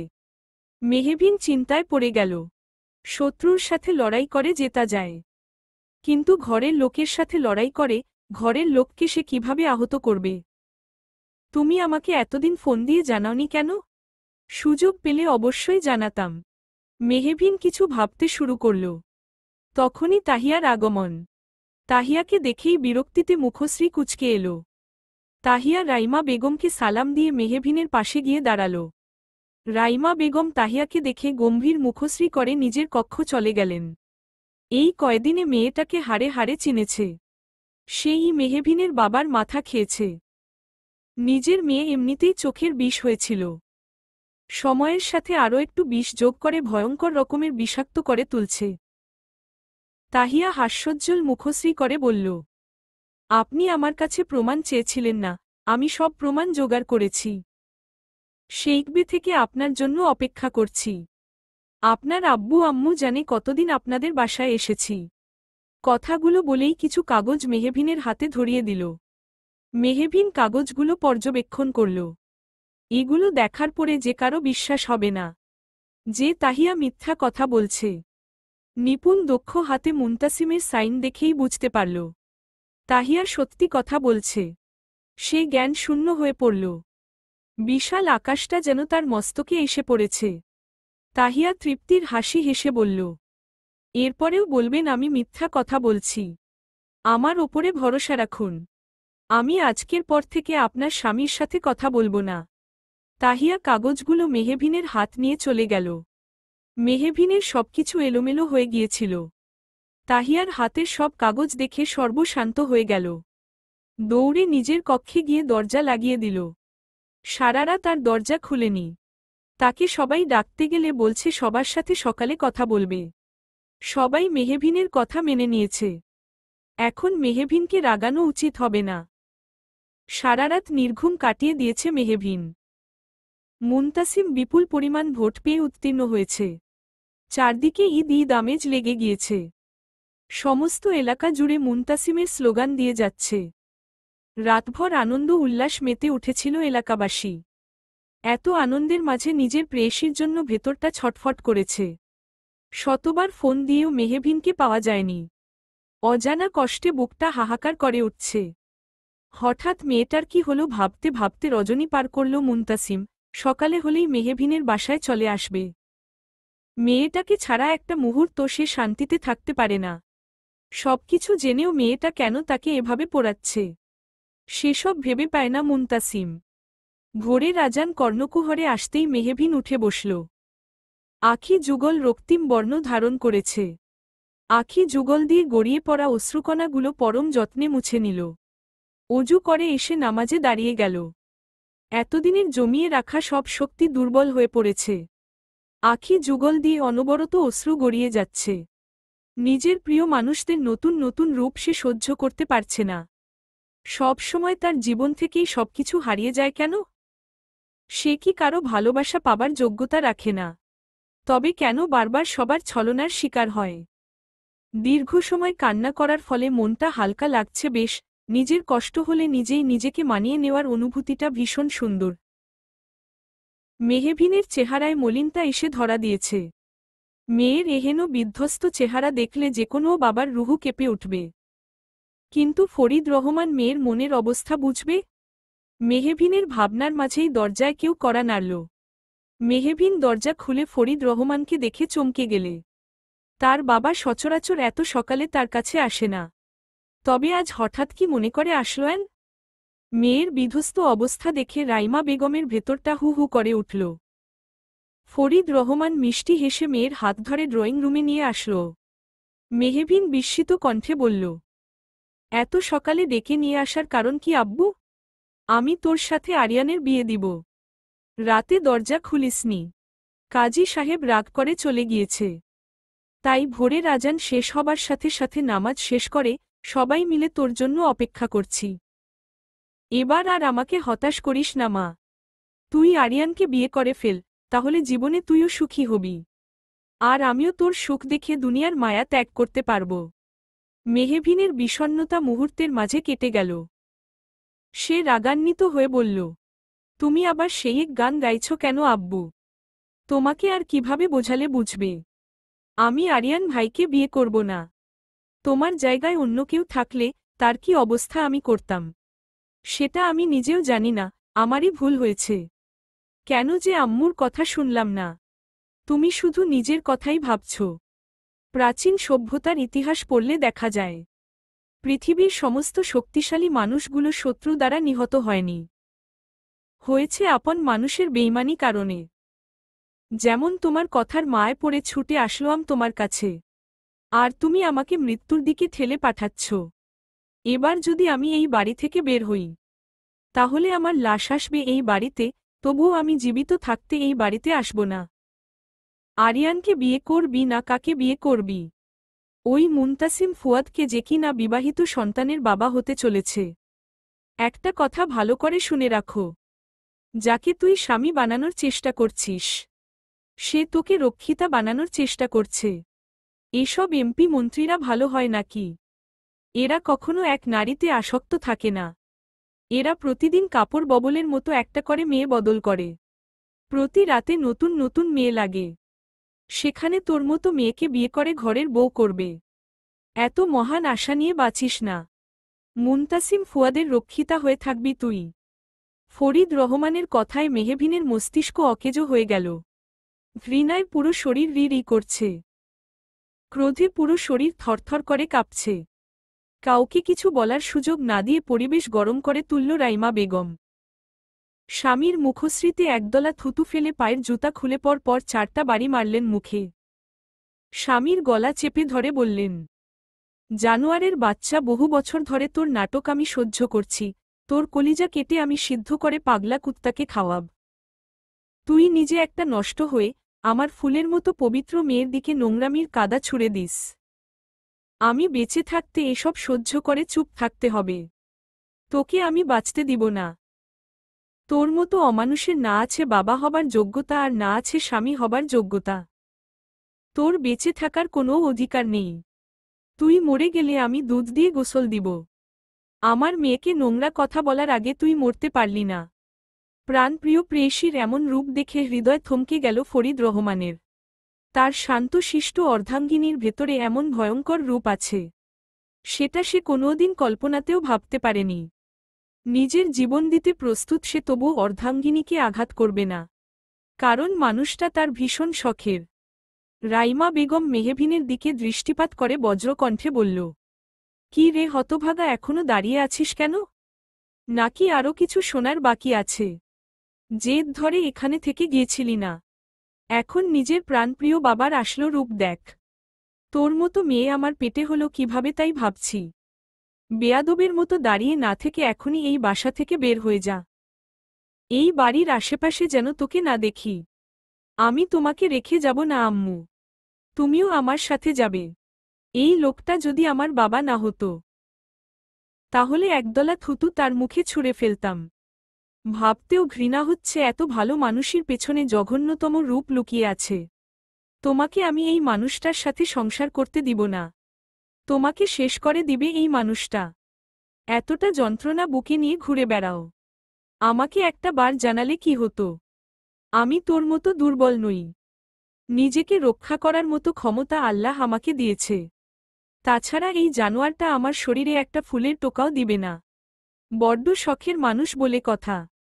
তুই আমার চোখের সামনে থেকে যাবি নাকি তোর চোখের সামনেই একে রক্তাক্ত করে ফেলব? মেহবিন মায়ের এমন রূপে স্তব্ধ হয়ে গেল। তার সহজ সরল মায়ের মধ্যে এমন ভয়ঙ্কর রূপ লুকিয়ে আছে, সেটা গুণ অক্ষরেও টের পায়নি। সমস্ত শরীর অবশ হয়ে আসছে। ফল কাটা ছুরিটা হাতে নিয়ে ফরিদ রহমানের গলায় ধরে আছে রাইমা বেগম। একটু নরলে ফরিদ রহমানের মৃত্যু যেন নিশ্চিত। তা দেখে মেহবিনের শরীর থরথর করে কাঁপতে লাগল। হিম শীতল করা হওয়া মেহবিনের শরীর কাঁপিয়ে তুলছে। ধরণীতে বাবা নামক বটগাছটা এত জঘন্যতম হতে পারে, তা মেহবিনের কল্পনার বাহিরে ছিল। সে তো বাবার ভালোবাসা চেয়েছিল, কিন্তু তার বাবা তার মৃত্যু চাইল। এমন বাবাও ধরণীর বুকে আছে। মেহবিনের মা দিব্যি দিয়ে মেহবিনকে বাসার বাহিরে বের করে দিয়েছে। না চাইতেও তাকে আসতে হয়েছে। গুটি গুটি পায়ের মেহবিন সামনের দিকে এগিয়ে যাচ্ছে। তখনই মুনতাসিম হন্তদন্ত হয়ে মেহবিনের সামনে উপস্থিত হয়। চেহারায় বিধ্বস্ত তার ছাপ স্পষ্ট ফুটে উঠেছে। সে রাগান্বিত হয়ে উচ্চ স্বরে বলল, আপনার সমস্যাটা কি? আপনি সবসময় আমার সাথে এমন করেন কেন? আমাকে কি মানুষ মনে হয় না? আমি কি এতটাই তুচ্ছ তাচ্ছিল্যের জিনিস? প্রতিনিয়ত আমাকে ভেঙে চুরে চুরমার করে দিচ্ছেন। আপনার জ্বালিয়ে দেওয়া আগুনে জলে পুড়ে দগ্ধ হয়ে যাই। তবুও আপনাকে আহত করার চেষ্টা কখনোই করিনি। মানুষ এতটা স্বার্থপর হয় কিভাবে? কাল থেকে শত শতবার আপনাকে ফোন দিয়েছি, আপনি কেন আমার ফোন তুলেনি? মেহবিন নিষ্পলক চাহনিতে মুনতাসিমের দিকে দৃষ্টিপাত করে আছে। সমস্ত মুখশ্রীতে রক্তিম আভা ফুটে উঠেছে। মেহবিনের শান্ত চাহনি মুনতাসিমের উথাল পাতাল করা হৃদয়টা শান্ত করে দিল। মনটা কু ডেকে বলছে, ভালো কিছু হবে না, অনর্থ হয়ে যাবে। নিজের ক্রোধ নিয়ন্ত্রণ করো মুনতাসিম ফুয়াদ। মেহবিন শান্ত কণ্ঠে বলল, মানুষ এতটা সুন্দরভাবে ঠকাতে পারে, সেটা আপনাকে না দেখলে জানতেই পারতাম না। সুযোগের সৎ ব্যবহার করলেন। আর কতজনকে ঠকিয়েছেন আপনি? একটা কথা সব সময় মনে রাখবেন, আল্লাহ তাআলা ছাড় দেন কিন্তু ছেড়ে দেন না। আপনি যেভাবে আমাকে ঠকিয়েছেন, একদিন আপনিও ঠিক একইভাবে ঠকবেন। আমার অনুভূতিরা কবেই মরে গিয়েছিল। ধীরে ধীরে একটু সতেজ হয়ে উঠেছিল। জেগে উঠার আগেই অনুভূতিগুলোকে দাফন করে দিলেন আপনি। আমার মধ্যে অনেক ভুল আছে। সবকিছু জানার পরে ও কেন আমার ভেতরে এসে অনুভূতি তৈরি করে সেগুলাকে দাফন করে দিলেন। মেহবিনের কথায় নিস্তব্ধ হয়ে গেল মুনতাসিম। অজানা ভয়ে বুকটা হাহাকার করে উঠছে। মেহবিন এসব কি বলছে? সে কি কোনো কারণে আবার তাকে ভুল বুঝল? মুনতাসিম শান্ত কণ্ঠে জবাব দিল, আপনি এসব কি বলছেন? আমার যদি কোনো ভুল পান, তাহলে সেটা আমাকে বলুন। আমি সেই ভুলটা শুধরে নেওয়ার চেষ্টা করব। আমি চাই না আমার কোনো কাজে আপনি আঘাতপ্রাপ্ত হন। যদি হয়ে থাকেন, তাহলে সেটা আমাকে জানান। আমি ধরণীর বুক থেকে তাকে গায়েব করে দিব। তবুও আপনার এক বিন্দু কষ্ট আমি সহ্য করব না। আপনি আমার সামনে থেকে সরে যান। আমি আপনার সাথে কথা বলতে চাই না। আপনার সাথে কথা বলতে আমার রুচিতে বাধে। পুরুষ জাতিকে বিশ্বাস করাই আমার জীবনের সবচেয়ে বড় ভুল। এরা নিজের স্বার্থের জন্য সবকিছু করতে পারে, অথচ আপনার জন্য নিজ জন্মদাতা পিতার কাছে কি জঘন্যতম অপবাদটাই না পেলাম। আমার অপরাধ? আপনি একজন বিবাহিত পুরুষ, দুদিন পরে বাচ্চার বাবা হবেন। ঘরে অর্ধাঙ্গিনী থাকা সত্ত্বেও পর নারীর পেছনে কেন ঘুরেন? কেন তাকে প্রেমালাপ কথাবার্তা শোনান? দুর্বলতার সুযোগ নিলেন। এতটা বাজেভাবে আঘাত না করলেও পারতেন। আপনার মাথা খারাপ হয়ে গিয়েছে। আপনাকে কতবার বলবো আমি বিবাহিত না? আপনাকে কিভাবে বোঝালে বুঝবেন? আমি শুধু কথাগুলো বলতে গিয়েও থেমে গেল। মেহবিনের দমিয়ে রাখা ক্রোধগুলো বের হয়ে আসল। চারিদিকের এত এত মানসিক চাপ তাকে দিশেহারা করে দিয়েছে। জীবনটা তার কাছে মূল্যহীন লাগছে। সে বজ্রকণ্ঠে বলল, চরিত্রহীন পুরুষ কোথাকার!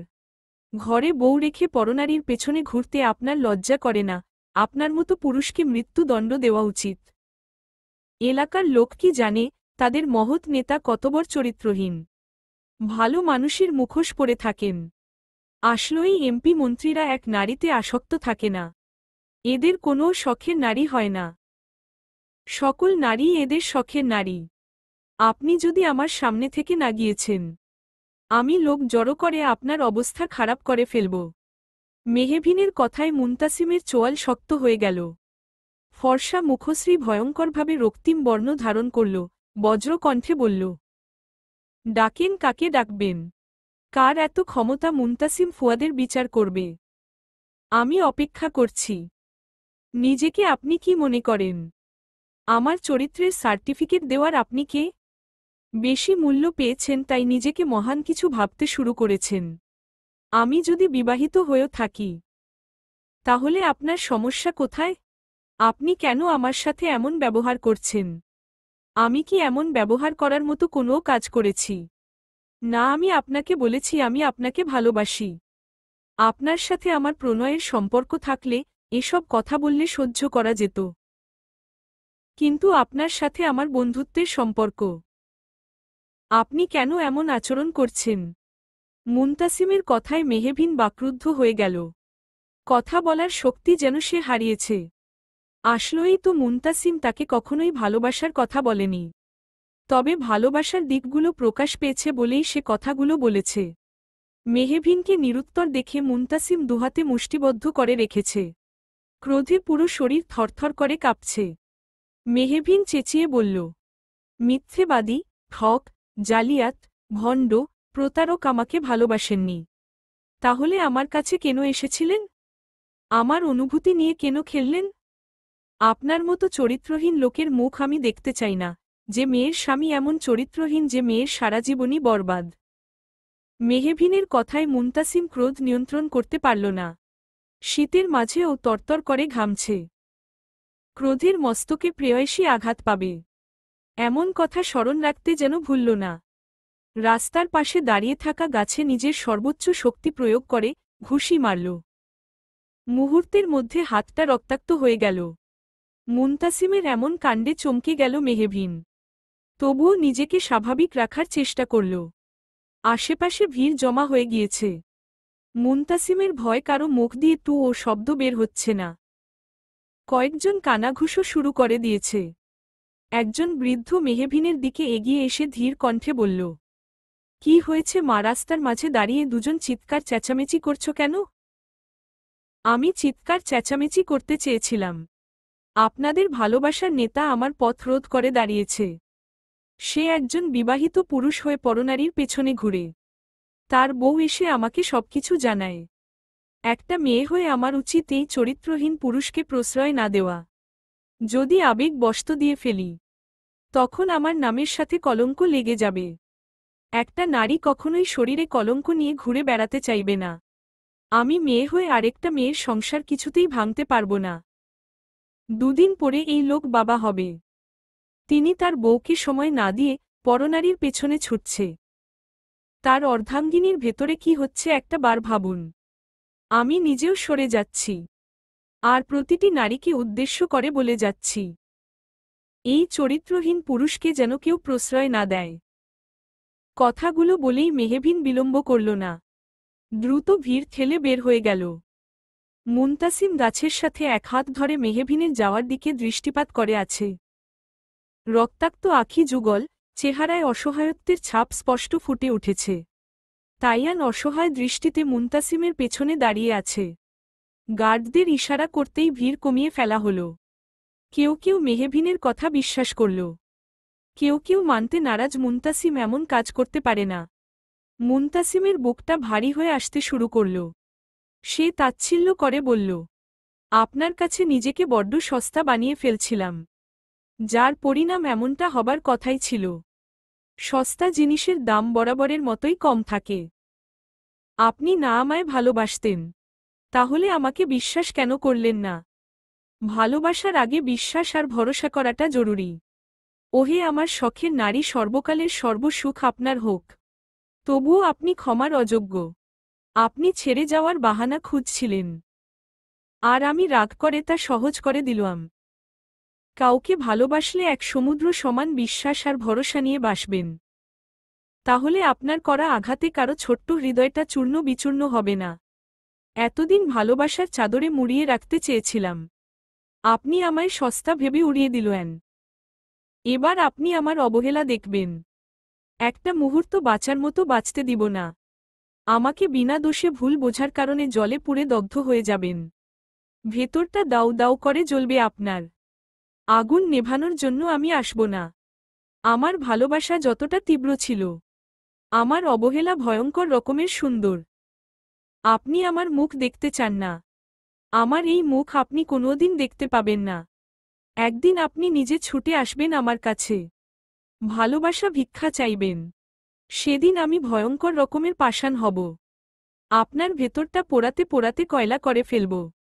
কথাগুলো বলেই বাসার দিকে অগ্রসর হল। চৌধুরী বাড়িতে আনন্দ যেন ঝরে ঝরে পড়ছে। কিন্তু যার জন্য এত আনন্দ, এত উল্লাস, তার ভেতরটা পুড়তে পুড়তে কয়লা হয়ে গিয়েছে। মুখের হাসি পরিস্থিতি শুষে নিয়েছে। ছেলের বিধ্বস্ত চেহারার দিকে তাকিয়ে রিয়াদ চৌধুরীর অন্তর আত্মা কেঁপে উঠল। মুনতাসিমের আখিযুগলের দিকে তাকিয়ে রক্তাক্ত হয়ে গেল বাবার হৃদয়ে।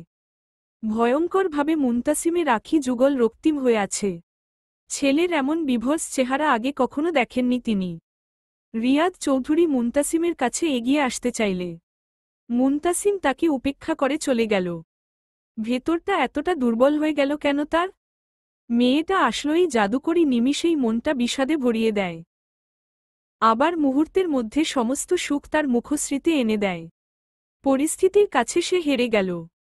আর দেখতে পাবে না চাঁদ মুখটা, শুনতে পারবে না মায়াবী কণ্ঠস্বরটা, করতে পারবে না পাগলামি, হতে চাইবে না ছোট বাচ্চা।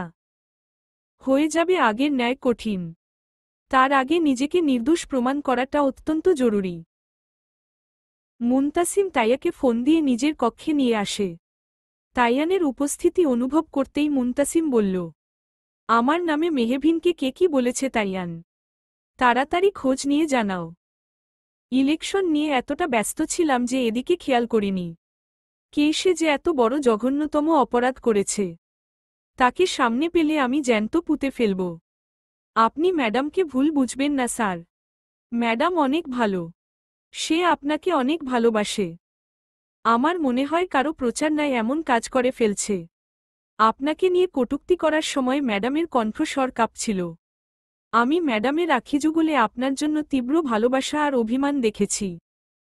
তাইয়ানের কথা শেষ হবার আগেই মুনতাসিম বালিশের পাশে রাখা নিজের বন্দুকটা তাইয়ানের বুক বরাবর তাক করল। তাইয়ান ভীত দৃষ্টিতে মুনতাসিমের দিকে দৃষ্টিপাত করে আছে। নিজের বোকামির জন্য নিজেকেই তিরস্কার করল তাইয়ান। ভুল সময়ে ভুল কথা বলে ফেলছে। মাথা নুইয়ে দাঁড়িয়ে আছে তাইয়ান। ধীর কণ্ঠে বলল, সরি স্যার, আমি আপনাকে আঘাত করতে চাইনি, আমার ভুল হয়েছে। আমি এমন অন্যায় আচরণ কখনো করব না। Get out from here. কালকের মধ্যে সব তথ্য চাই। তাইয়ানের কণ্ঠনালী দিয়ে আর একটা বাক্য উচ্চারিত হল না। সে দ্রুত পায়ে স্থান ত্যাগ করল। পরের দিন সকালবেলা মুনতাসিমের নামে টিভি চ্যানেলে প্রচার করা হচ্ছে। বিবাহিত হয়েও নিজেকে অবিবাহিত দাবি করে পরনারীর সাথে সম্পর্কে জড়িয়েছেন মন্ত্রী মুনতাসিম ফুয়াদ। বিবাহের খবর এতদিন আড়ালে রাখলেও মুনতাসিম ফুয়াদের স্ত্রী সঠিক তথ্য ফাঁস করে দেন। পরকীয়া প্রেমিকার সাথে রাস্তায় ঝামেলা করছিলেন তিনি। এমন সময় সঠিক সত্যটা সকলের সামনে বেরিয়ে আসে। কেউ কেউ বলছে মেয়েটি মিথ্যা কথা বলছে, আবার কেউ কেউ বলছে সত্য বলছে। সবকিছু এখনও ধোঁয়াশার মধ্যে রয়েছে। সঠিক তথ্য নিয়ে হাজির হব আমি, আনিকা তাসনিম। রজনীর আধার কেটে গিয়ে প্রভাতের আলো চারদিকে ছড়িয়ে পড়েছে। প্রতিটি মানুষ নিদ্রা দেশে তলিয়ে আছে। নির্ঘুম রজনী পার করেছে মুনতাসিম। অদ্ভুতভাবে বুকের ভেতর অসহ্য যন্ত্রণায় সারারাত ছটফট করেছে। তার মানতেই কষ্ট হচ্ছে মেহবিন তাকে বিশ্বাস করে না। সে শক্ত মনের অধিকারী জন্যই হয়তো নিজেকে সামনে নিয়েছে। ভাগ্যিস ভেতরের খবর কেউ দেখতে পায় না, তাহলে সবাই এতক্ষণে মুনতাসিমের জন্য আকুল হয়ে উঠত। ভেতরটা রক্তাক্ত করে দিয়ে চলে গিয়েছে মেয়েটা। বেহায়া মন শুনেনি, মেয়েটাকে বোঝানোর জন্য আরও একবার চেষ্টা করেছিল। যার পরিণাম সে এখন প্রেয়সীর ব্লক লিস্টে। সারারাত না ঘুমানোর ফলে আঁখি যুগল রক্তিম ধারণ করেছে। প্রয়োজনের তুলনায় চোখ ফুলেছেও বেশ। বেলকনির গ্রিল ধরে আকাশপাশে চেয়ে আছে মুনতাসিম। মুখ দিয়ে অস্ফুট স্বরে বেরিয়ে আসল, আপনি আমার মুখ দেখতে চান না? আমিও আপনার সামনে যাব না। ভালোবাসলেই যে তাকে পেতে হবে তার কোনো মনে নেই। সব পেয়ে গেলে আক্ষেপ ফুরিয়ে যাবে। আক্ষেপ করার জন্য হলে আমি আপনার থেকে দূরে থাকার চেষ্টা করব। নিজের সক্রিয়তা কতটুকু বজায় রাখতে পারব তা আমি জানি না, তবে আপনি আমার সামনে আসলো আমি সবকিছু ভুলে আপনাতেই মিশে যাই। ভুলে যাই সব অভিমান অভিযোগ। আপনি মানুষটা আল্লাহর তৈরি নিখুঁত সুন্দর মানবী। আমার অভিমানগুলো আপনার প্রেম পড়তে বাধ্য হয়, সেখানে আমি তো তুচ্ছ মানব। কথাগুলো আনমনে ভাবতেই দীর্ঘশ্বাস বেরিয়ে আসলো। মাত্র 2 ঘন্টা ঘুমিয়েছিল মুনতাসিম। তখনই মুঠোফোনটা শব্দ করে বেজে ওঠে। বিরক্তিতে মুখশ্রী কুঁচকে এল তার।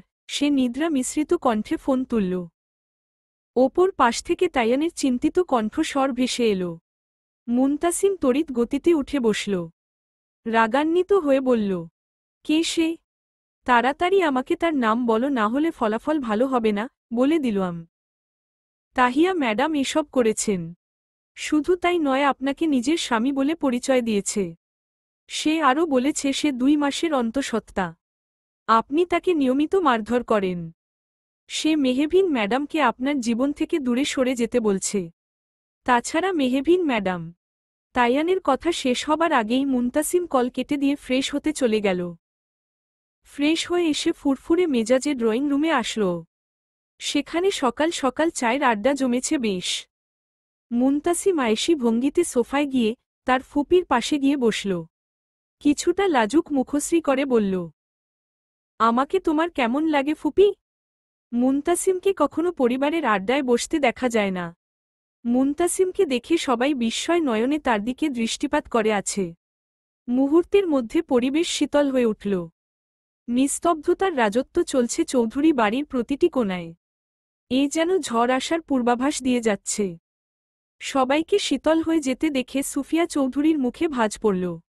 সে আনন্দিত হয়ে মুনতাসিমকে বলল, তোর মতো ছেলে যার ঘরে হবে সে তো ভাগ্যবতী রে। তোর মতো হীরাকে অপছন্দ করার কোনো কারণ আছে? এতদিন পর বুঝি ফুপির কথা মনে পড়ল। সে কবে এসেছি? সারাদিন বাসায় থাকিস না, রাতে কোনো রকম আসিস। ভোর হবার সাথে সাথে তোর খোঁজ পাওয়া যায় না। তুই আমাকে আগে কতটা ভালোবাসতি রে মুনতাসিম। এখন কি ফুপিকে আর ভালো লাগে না? আমি এত সহজে আমার ফুপিকে ভুলতে পারি? আমি আমার ফুপির শখের ফুলদানিটা ভেঙে ফেলে দিয়েছিলাম। শাস্তি স্বরূপ শীতের দিনে কনকনে ঠান্ডা পানিতে 2 ঘন্টা ডুবে থাকতে হয়েছিল। ছোট্ট মুনতাসিমের সহ্য ক্ষমতা কম ছিল। মাটাও ছিল না। এই সুযোগটা হাতিয়ে নিলেন। আমার মাকে আল্লাহ নিয়ে গিয়েছেন তার কাছে। এই সুযোগ হাতছাড়া করা যায়? সেদিন আমি পানিতেই জ্ঞান হারালাম। ভাগ্য সহায়ক ছিল বলেই আব্বা আমায় খুঁজতে এসে পেয়ে যায়। তারপর 2 দিন আমার কোনো জ্ঞান ছিল না। 15 দিন হসপিটালের বেডে থাকতে হয়েছে। কত রাত যন্ত্রণায় ছটফট করেছি। মা মা করে ডেকেছি। ছোট্ট মুনতাসিমের পাশে কেউ ছিল না। আদরের সন্তানের জন্য সেদিন আব্বাকে ফুপিয়ে ফুপিয়ে কাঁদতে দেখেছি। সেদিনই উপলব্ধি করেছিলাম, যার মা নেই তার কেউ নেই, কেউ না। একটু ভুল হলেই আপনার চর, বিশ্রী ভাষায় গালি, আমার নামে সৎ মায়ের কাছে বিষ ঢালা সবকিছুই দেখেছি। এত ভালোবাসা কি এত সহজেই ভুলে যাওয়া যায় ফুপি? মনে নেই দুধের সাথে বিষ মিশিয়ে মারতে চেয়েছিলেন? সেই দিনের ভালোবাসা আমি কখনোই ভুলব না। সেদিনের কথা মনে হলে আনন্দে আমার ভেতরটা ছটফট করে। মুনতাসিমের কথায় সুফিয়া চৌধুরীর সমস্ত মুখশ্রীতে আধার ঘনিয়ে এল। অতীতে করা পাপগুলো যত্ন সহকারে মুনতাসিম তাকে স্মরণ করিয়ে দিচ্ছে। ছেলেটার মধ্যে দারুণ প্রতিভা আছে। মিষ্টি কথায় কত সুন্দর করে অপমান দিল। সুফিয়া চৌধুরীর মুখটা দেখে মুনতাসিমের ভেতরটা দাউ দাউ করে জ্বলে উঠল। পুরনো ক্ষত যেন নতুন করে জাগ্রত হয়ে গেল। চোয়াল শক্ত করে মুখশ্রীতে কৃত্রিম হাসি ফুটিয়ে বলল, আমাকে জামাই হিসেবে কেমন লাগে আপনার? মুনতাসিমের কথায় রিয়াদ চৌধুরী বিস্ময়ের শেষ পর্যায়ে পৌঁছে গেল। সবার দৃষ্টি মুনতাসিমের দিকে স্থির। সমস্ত অপমান ভুলে সুফিয়া চৌধুরীর মুখশ্রী চিকচিক করে উঠল। সে কিছুটা আদুরে কণ্ঠে বলল, আমি জানতাম আমার বাবা আমার মনের কথা বুঝবে। আমি তোকে শক্ত করার জন্যই ছোটবেলার বারবার তোকে আঘাতপ্রাপ্ত করেছি। এই জন্য আজ তুই এতটা শক্ত হয়েছিস। কার জন্য হয়েছিস? আমার ওপরে রাগ করেই তো হয়েছিস। মুনতাসিমের মুখশ্রীতে তাচ্ছিল্য ফুটে উঠল।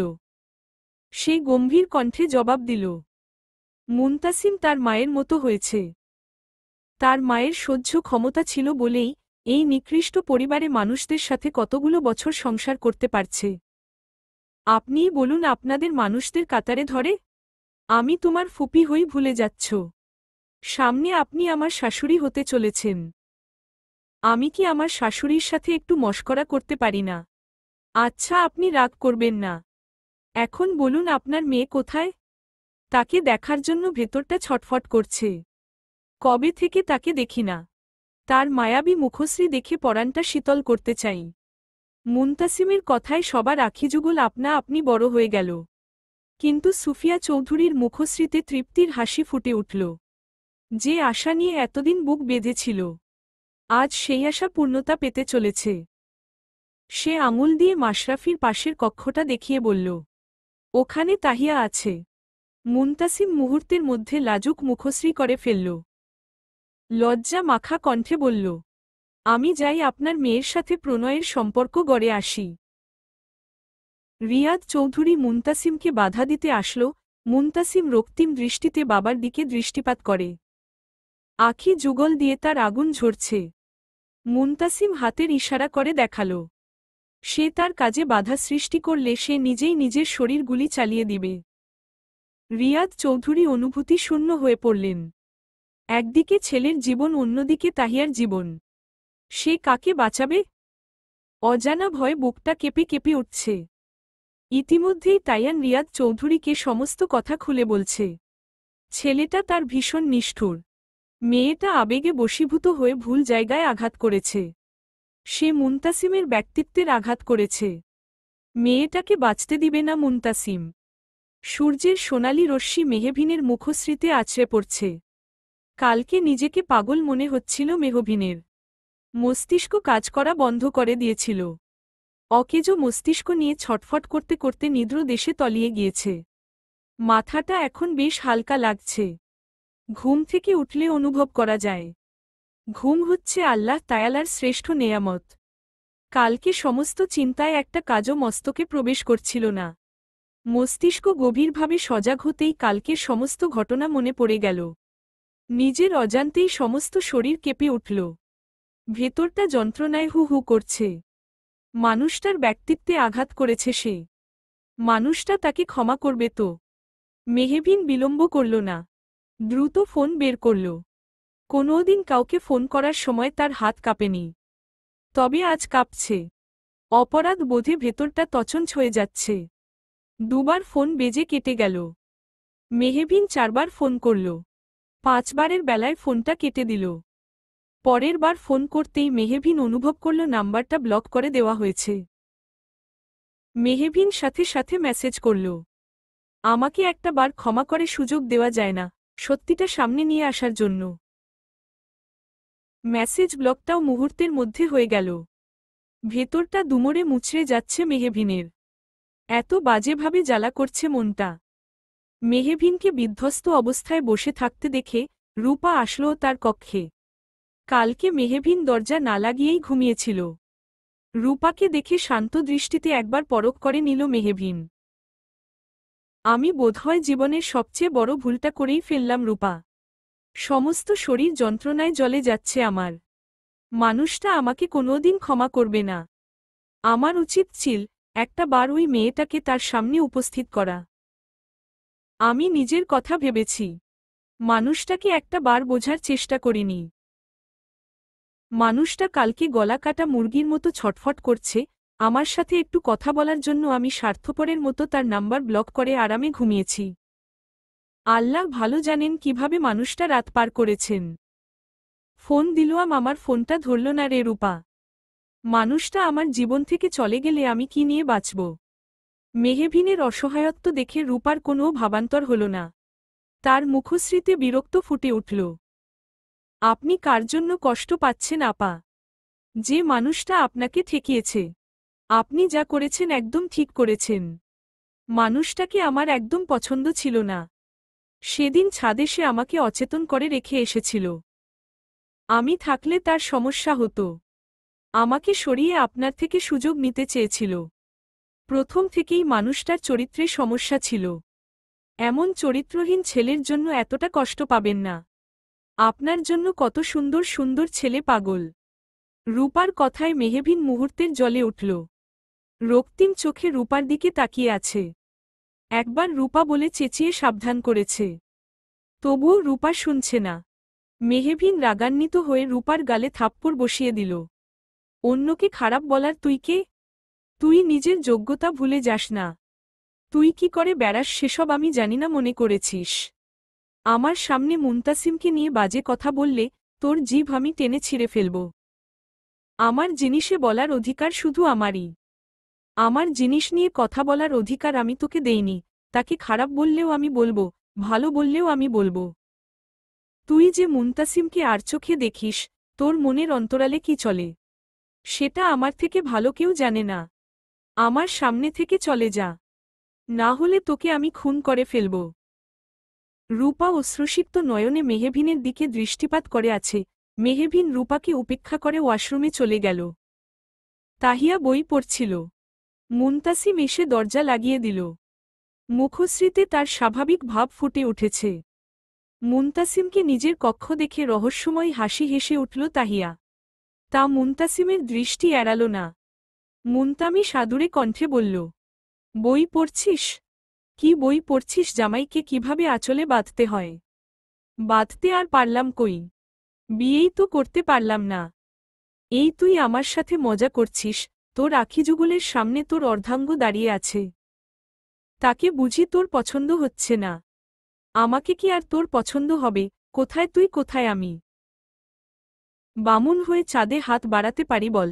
মুনতাসিমের কথায় তাহিয়া আখিযুগল বড় বড় করে তাকল। মুহূর্তের মধ্যে সমস্ত শরীর শীতল হয়ে উঠল।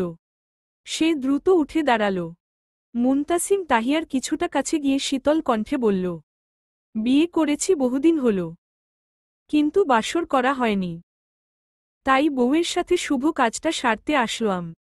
তোর কোনো আপত্তি নেই তো? আবার মুনতামিসম লাজুক ভঙ্গিতে বলল। তাহিয়ার সমস্ত শরীর কেঁপে উঠল।